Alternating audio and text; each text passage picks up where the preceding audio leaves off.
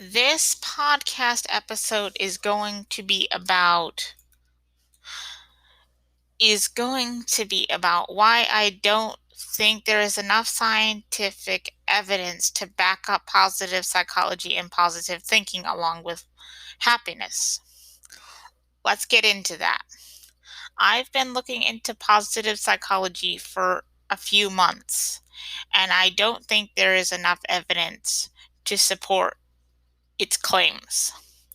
A lot of the studies are underpowered and overhyped by the mainstream media.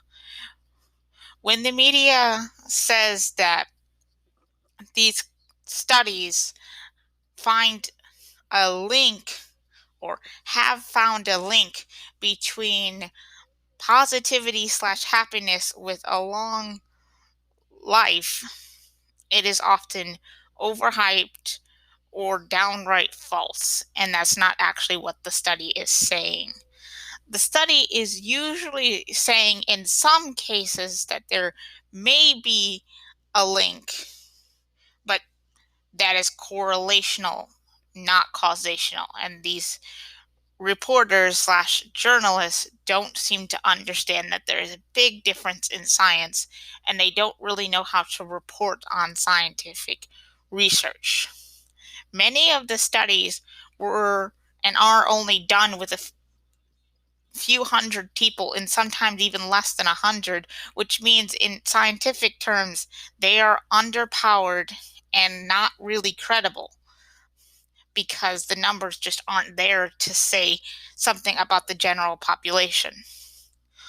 Though there are other studies that actually say something different, because some studies say that at least 30% of the world's population are actually pessimistic and don't do well with positivity.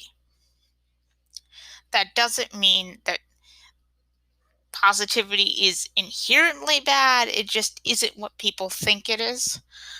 And much of what these positive psychologists are saying isn't new, and even what is new has mostly been shown in follow-up studies to not actually work. The stuff that does work is not new. It's been known for sometimes hundreds of years, if not thousands of years. And these positive psychologists are just passing off this research as if it is brand new and they just discovered it, even though that is not the case. And the founder, let me backtrack actually for a second. I'm going to get into a little bit of history here. The founder of positive psychology is Martin E.P. Seligman, and he, along with a couple of his colleagues, that being Barbara Fredrickson and Sonia Lyubomirsky, sorry if I'm pronouncing that wrong, became some of the first positive psychologists, and their research has mostly fallen to the wayside. But despite that happening in science, it has not happened in the media. The media is still presenting these papers and these studies as if they're credible, when a lot of them have actually been debunked. Like the critical positivity ratio, which was thoroughly debunked by Nick Brown and a couple of his what at the time would become future colleagues. And that paper was very important to the field of positive psychology, but it was thoroughly debunked. But yet, before it was debunked, it was cited over 300 times in scientific journals and in other papers. It was cited, let me repeat this, 300 times or more. And it was never checked within those years of it being published in 2005 to its debunking in the next decade. So that tells you that science has some problems. Along with that, there have been a lot of critics of positive psychology, among them Barbara Ehrenreich, James C. Coyne, and Sarah Ahmed. Hoping I'm pronouncing that right. And Barbara Held, along with others. I don't want to continue on this list, but you can go look up some of them. And I will be linking these resources, some of them anyway, in the description of the podcast. The research into this field, as I said before, is not very good, and one of its most cited papers was debunked, which is a problem. Along with that,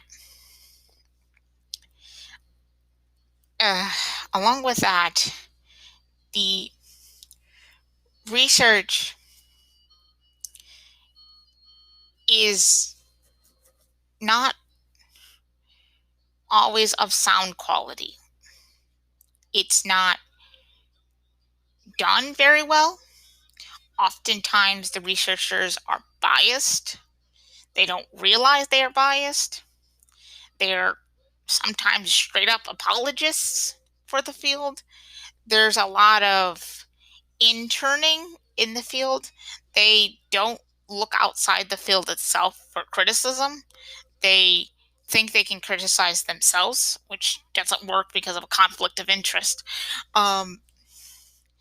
And the field can be better in some ways. And yes, it has shown psychologists that they needed to focus on not just, the problems, but also the good things. But we also live in a society that is obsessed with positivity and being happy. And this cultural obsession feeds directly into capitalism and is a product of neoliberalism on top of that. This cultural push and want for positivity is born and bred out of capitalism. It doesn't work and isn't usually there if capitalism isn't there. It props up capitalism and capitalism props it up. So it's a mutual thing. It's just a band-aid for capitalism, essentially. It is a band-aid on a gaping wound that is still festering and bleeding. And the field really does need a lot more criticism. I'm not a scientist. I'm just a person who doesn't think this field is a very good one. I think it has a lot of problems. I think there are great books and great articles and theses critiquing it. I think people should read those and actually think for themselves about positivity and what it means, and not just take the media's word for it, not just take influencers' word for it. I think we need to start thinking about the problems and where they're really coming from, and not just put a band-aid on them. Positivity isn't going to get us very far. It isn't helping. It's only covering up a festering wound that this year is bringing to the surface. It's bringing to the surface all the problems that we are trying so hard to deny as a society. As societies, the Western world has this obsession with being positive, and not everyone wants to be that. Not everyone thinks positivity is a good thing. Some of us just want to be real with life.